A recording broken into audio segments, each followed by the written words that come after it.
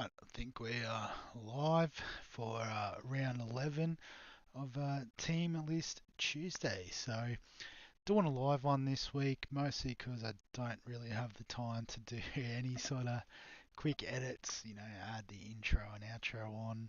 That's about the extent of the editing on this channel, but even then, it still takes time to do all that and then get it onto the YouTubes. So we'll just cut out the middleman today and get it live. So it is currently about 10 minutes until team list drop. So as usual, we'll use the time to catch up with the Sportsdeck Dream Team. Just do a little refresh to see that this is actually working. I don't know. Oh, hang on, I've got to go live, don't I? Yeah, there we go. We are live. Nice. But yeah, this week, round 10 of Sports Deck, we scored a 10.56, which was a bit above average. Um, did see us slink down 4 spots overall, but we're still sitting pretty there at 61 overall. So if you have a look at the team and how they went, so yeah, got a head-to-head win, so that's nice. Cam McInnes with a 49 at hooker, just solid Cam McInnes, that's why we brought him in. Payne Haas as captain was a good get with 82 points this week. Terrell May with the 66-point return.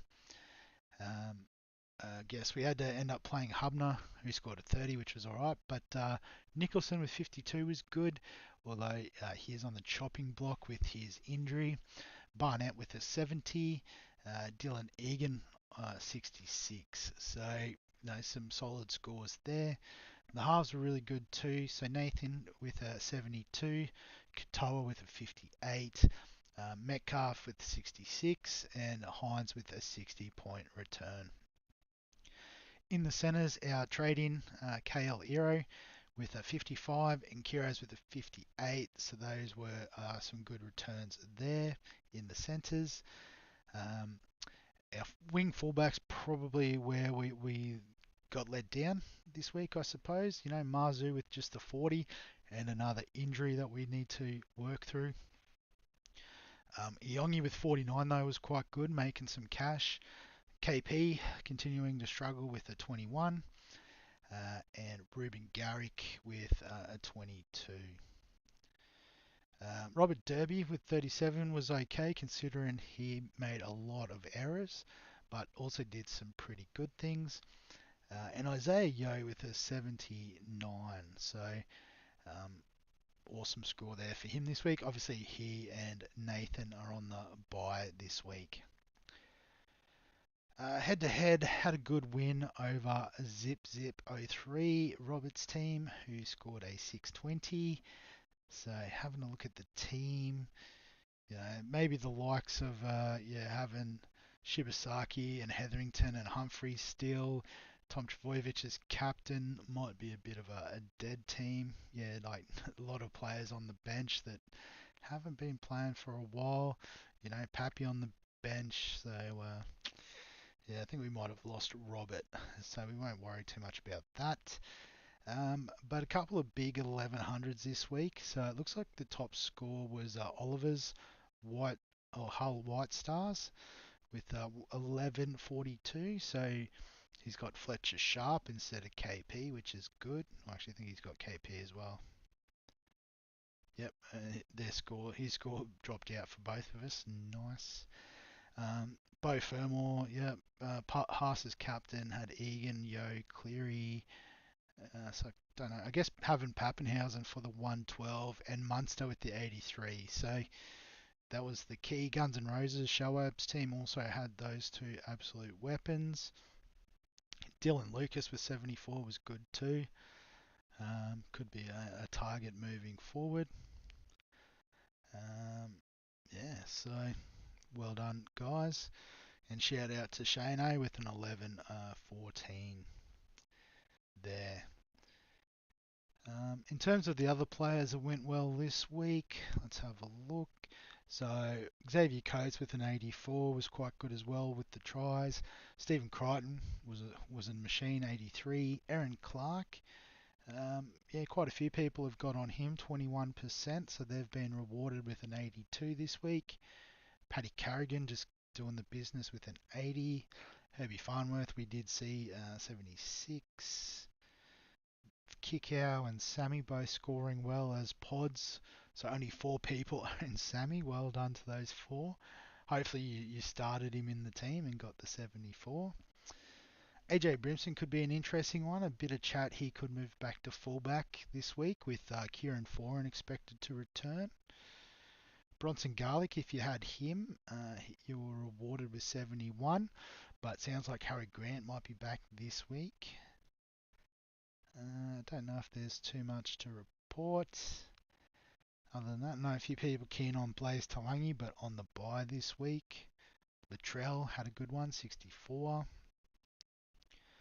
But I guess in terms of break-evens, it's had a meltdown. Oh no.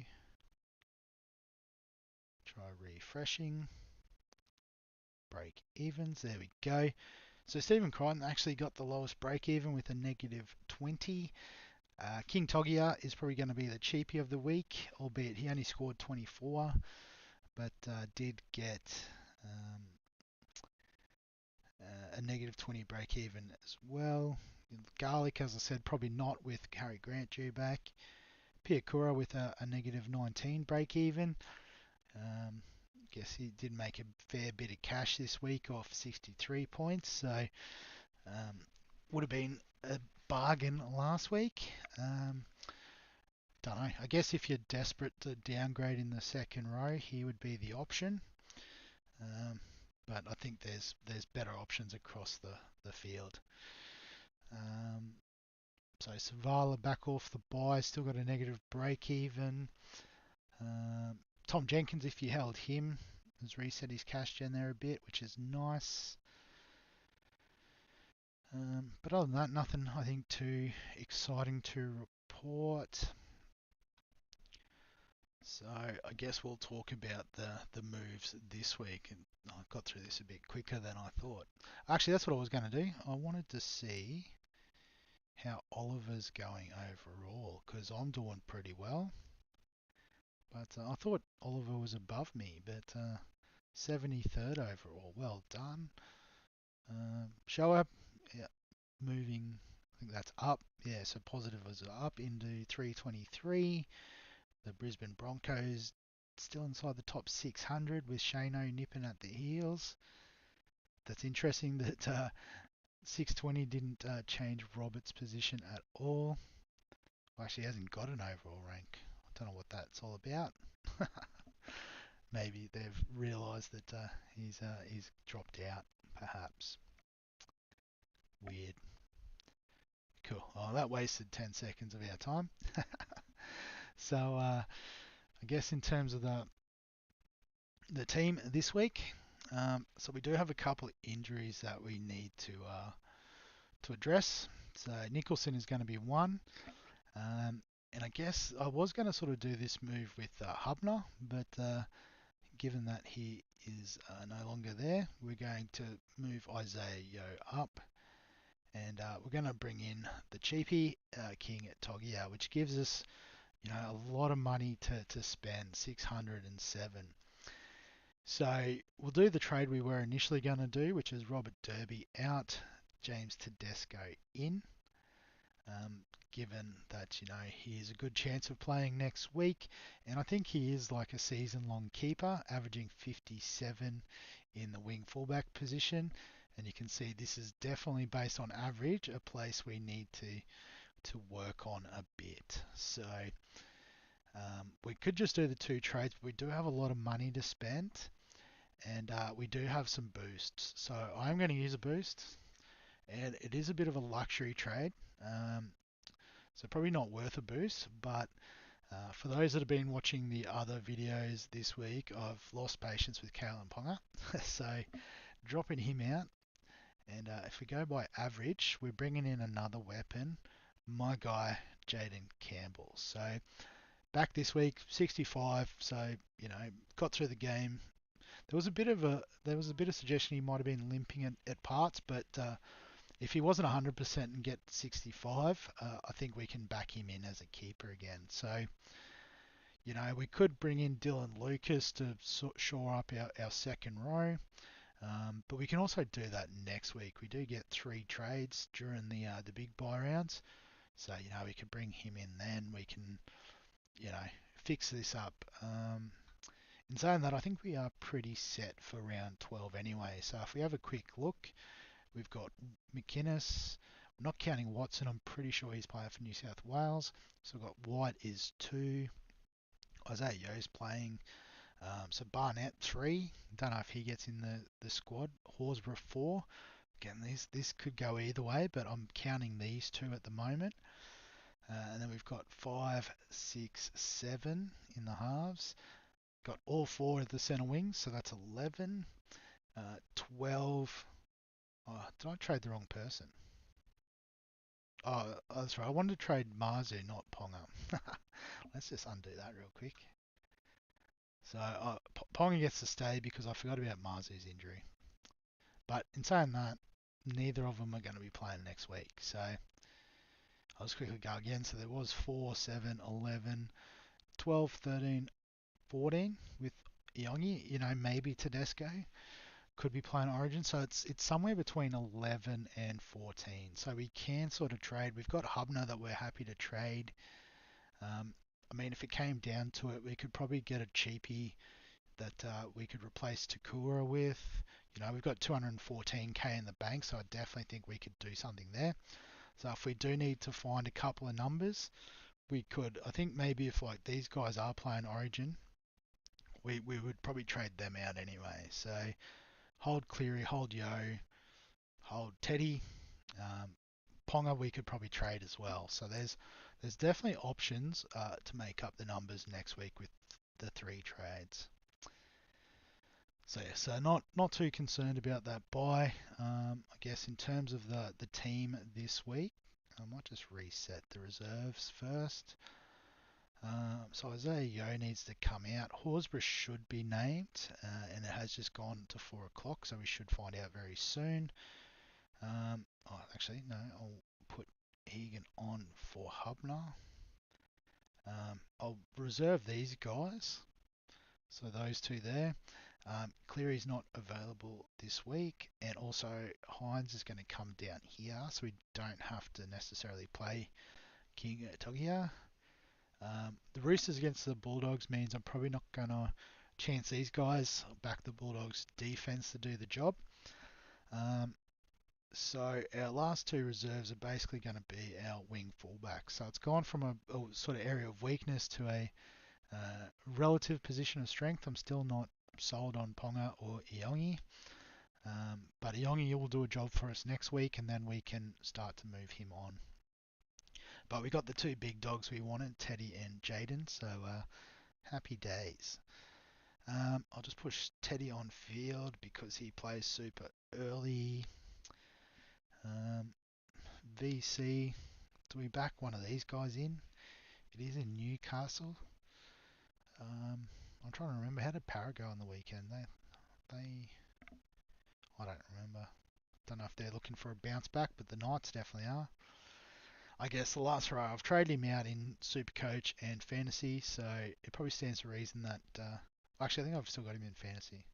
Definitely trade him out in Supercoach, so we'll back him to bounce back. And Payne Haas or Terrell May. Yeah, I think Payne Haas, particularly if we see some news very shortly that one T Couchman is missing from the team. So let's refresh and have a look. So you can see a guy that I don't recognise from, is that Zach Labour maybe from the Cowboys, gay guy. I thought he was fine anyway, but Foran's back, AJ's back. I was expecting to see Harry Grant here, but we'll see in a minute. So Knights and Eels, the Knights, so Fletcher Hunt comes onto the wing for Greg Marzee. There was a bit of talk about Kyle McCarthy in the extender reserve, but Fletcher Hunt might be a bottom dollar cheapie that is available to play for the next few rounds. So hello NRL Fantasy, trade-in target. Rest of the team looks pretty standard. And for the Eels, don't see too many surprises. Matt Dury named on the edge. Was that different to last week? Yeah, I think Guyman was there. So and Penasini out. So Zach Lomax back in. Yeah, so obviously one game to qualify for Origin and keep Jacob Kiraz in my team for next week. Speaking of which, the Dogs and Roosters. So the Dogs have named Harry Hayes on the edge as I anticipated, and Luke Smith comes in on the interchange. So another bottom dollar cheapie. I don't know if he plays next week though. We should have Curran back, possibly Sam Hughes as well. So I think that's a 1 week play, so probably not worthwhile in fantasy. For the Roosters, I don't see anything outrageous there. Lindsay Collins back on the bench is a good thing, I think. Um, but that might be about it. Yeah, cool. Dolphins Warriors. The Dolphins. So Gilbert named back on the edge. Ray Stone in the 13. So maybe tempted to get out of Tom Gilbert. They do have Lemuelu on the bench, so it could sort of rotate as it has done previously. And for the Warriors, so still no RTS on the extended reserve, so wait and see on that. But imagine if RTS is back, Capewell just drops down, probably Halasima to the bench, and probably Laban drops out. So they've got Martin and Healy on the bench, so interesting. So probably bigger minutes for Barnett, Aaron Clark, and the Fish is back. That's big news. So welcome back, legend. Cowboys, Manly. So Zach Labart, I'm guessing that was the name. And as sort of a bit of early mail suggested, Jake Clifford dropped and Jackson Purdue moving to the halves. So for those that have held him, could be some dual position in the near future. Won't be the round 12 updates. You will have to wait a while. But I guess, might tempt a few people into hanging on to him through the bye next week. But aside from that, don't think there's anything too out of the ordinary. And for the Sea Eagles, so Jazz Tavanga named to start at 9, Jake Dvorovich back in 13, Simkin moved to the bench. So I think Bullymore might have come in for the start there in the front row. But that's about it for different positions there at Manly. Sharks and Storm, so I can imagine this isn't going to be the most crazy team lists, just looking through.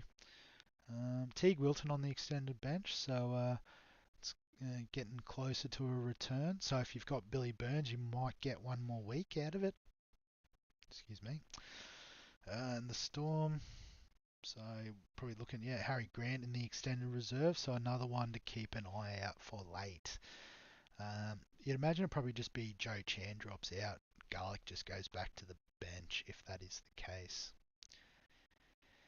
Sunday's games, Broncos at Dragons. So for the Bronx, Ezra Mam named in the 6 is the big one there. Other than that, don't think there's anything too crazy. Maybe just watch for the Piacora Willison swap again at kickoff. And for the Dragons, so no Toby Couchman. So that's big. Jack DeBellin and Clem starting. Hamish Stewart. So Blake Laurie on the bench. So I guess keeping a good eye on Pacifici Tonga for the second game. And if he goes all right, he could be a trade in after the bye as a downgrade option. Raiders Titans. So Raiders first. We'll just go through, but not expecting anything other than Zach Hosking in to replace Matty Nicholson. And Simi Sasangi takes his spot on the bench. And the Titans, so Kieran Foran named in the 14. So it looks like they are going with the plan that they sort of had for him to come in as that, middle distributor type player. They're backing in AJ and Jaden. So De Groot keeps his spot at fullback. Other other than that, not too much different there for the Titans. And the Tigers and Rabbitohs to finish it off. So the Tigers, doesn't look like they've hit the panic button.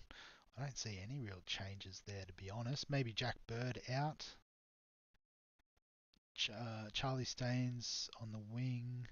Brent Naden on the interchange. I didn't pick that up, so Stafford Towers back in. Um, so Royce Hunt in the starting side. So anyone who's held on to him, he may get a few more minutes this week. Particularly, I guess you look at their bench, like Suko, I thought was a second rower. Naden's an out and out outside back, and Jack Bird could probably play in the middle, but more of an edge type player traditionally. I guess he has been playing 13 a bit this year, to be fair. And the Rabbitohs, Alex Johnston back. Um, yeah, so the front row, Arrow and Matangi, that worked really well last week, so they're sticking with that. Yeah, looks very much the same team. Cool. So I guess a couple of interesting ones there. You know, Kieran Foran back, but coming off the bench. Zach Hosking, I think, was well known from a long way out. Ezra Mann back, if you're interested in that. Jackson Purdue named in the halves is pretty interesting. But again, that was somewhat telegraphed. Harry Hayes on the edge. Big fan of him for draft purposes. And the young fella Fletcher Hunt, I'm guessing he's a young fella, never heard the name to be honest, but on the wing there for the Knights and could have a bit of runway given Marzu's injury. Zach Lomax back as well if you're a Lomax guy. But yeah, we'll wrap the video up there so I can get going.